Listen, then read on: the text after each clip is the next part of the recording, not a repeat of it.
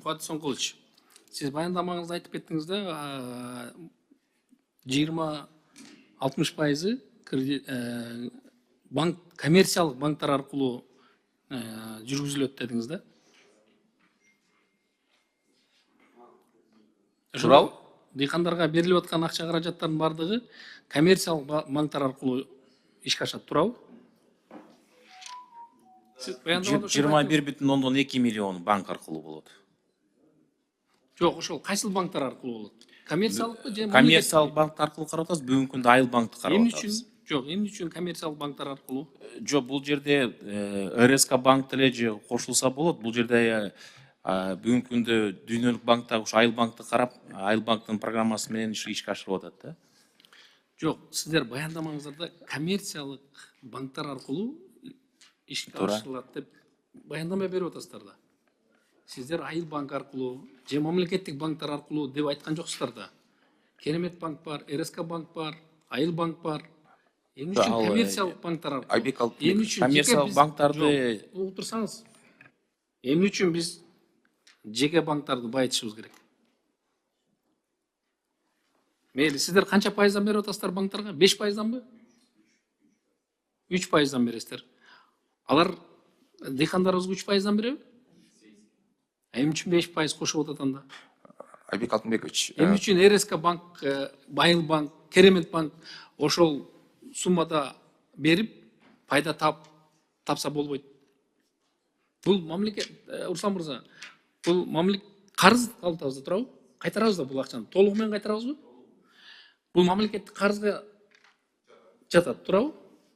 Сиздер азыр сом аркылуу бересиздерби же доллар аркылуу бересиздерби? Эң жакшы Айбек Алтынбек, эң жакшы маселени көтөрдүңүз. Биз доллар менен алабыз, сом менен беребиз. Ошол үчүн 3%ты кошуп атабыз. Бүгүнкү күндө доллардын курсу канча? 88. 88 сомдон бир аз ашыгыраак, туурабы? Кайтарылган учурда канча болот билесизби? Айта албайбыз. Айта албайсыз. Ошон үчүн биз коммерциялык банктарды байытпай эле, биз өзүбүздүн 3 банкыбыз бар. Ошол аркылуу бербейлиби? Биз азыр ошого чечимге киргизбейлиби бүгүн? сиз туура айттыңыз, бул айыл банк аркылуу ишке ашат.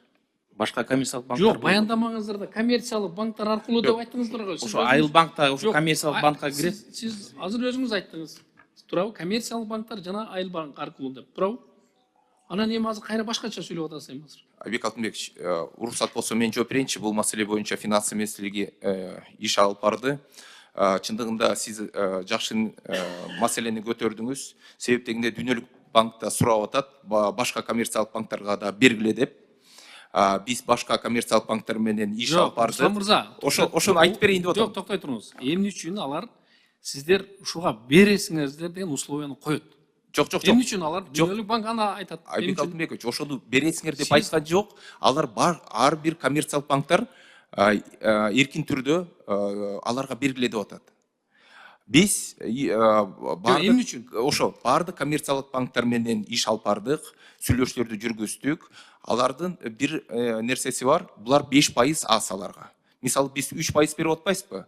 Айыл банк, РСК банк эле биздин баягы мамлекеттик банктар макулдугун беришти. Калгандары жок дешти. 5% үчүн биз иштебейбиз деди. 5% бул аз аларга.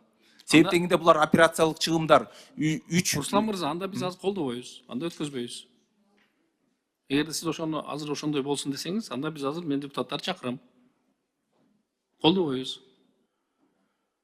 Эмне үчүн биз өзүбүздүн мамлекетибизди өзүбүздүн мамлекеттик кызмат банктарды колдобошубуз керек. Сиздер айтышыңыздар керек. Ошол 3 банк бар. Силер иштегиле, тапкыла, отказ. Сиз баш тартып атат деп атасыз, туурабы? Мамлекеттик банктар. Башка коммерциялык банктар, мамлекеттик банктар баш тарткан жок. Ошолор макулдугун берип атат. Мамлекеттик банктар макулдугун берип атат. Ошол үчүн ошолор менен гана иштеп атабыз. Анда баяндаманы оңдоп койбосуздарбы анда? Оңдоп койбосуздарбы? Коммерциялык банктар дегенди алып таштабайсыңыздарбы анда? Ошо коммерциялык азыр анда көтөрөлү азыр. Жок, Айбек Алтынбекович, коммерциялык банктар деген 3 мамлекеттик банктар, булар коммерциялык банктар болуп эсептелинет. Мамлекеттик, бирок коммерциялык банктар да алар. Жок, Руслан мырза, анда мында келишип албайсыздарбы анда? Башында сүйлөп атканда келишип, баяндама кылып атканыңыздарда Айыл банк, РСК банк, Керемет банк, өзүбүздүн банктарды колдобосок, биз 0% экен деп эле колдоп, анан кийин коммерциялык жеке менчик банктарды колдой бергенибиз да туура келбей калат. Аны туура түшүнүңүз. Бул проект жакшы проект. Бирок сүттүн баасы дагы бүгүн жогору эмес да, төмөн болуп атат. Ал дагы эске алайлы анда.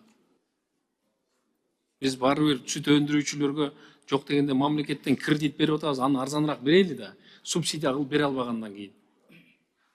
Азыраак берели да, ошону 8% эмес 5%га түшүрөлү. 6%га түшүрөлү. Айбек Алтынбекович, жакшы маселени көтөрдүңүз, колдойбуз. Бирок ошо биз баардыгыбыз сүйлөшүп туруп, анализдеп 8%га түшүрдүк. Айыл банк менен да сүйлөшүүлөрдү жүргүзүп атканда ал ошо 5% ошо операциялык чыгымдар деп атат да аларчы. Жок, мындайда коммерциялык банктар депозит деле айта бересиздер да, депозит 14%дан алышат, анан ошонго алардын пайызы төмөн болбой жогору болот деп айтасыздар да. Мен былтыр депозит айтпайлы. Алар банктар жылына тапкан кирешесинен биздин мамлекетибизди колдоо иретинде жок дегенде бир аз болсо дагы өзүнүн баягы тапкан пайдалары бар да, киреше жылдык. Ошолордон төмөнүрөөк кылып берсе болот да бизде. Мамлекетти колдошубуз керек үчүн кылса болот да.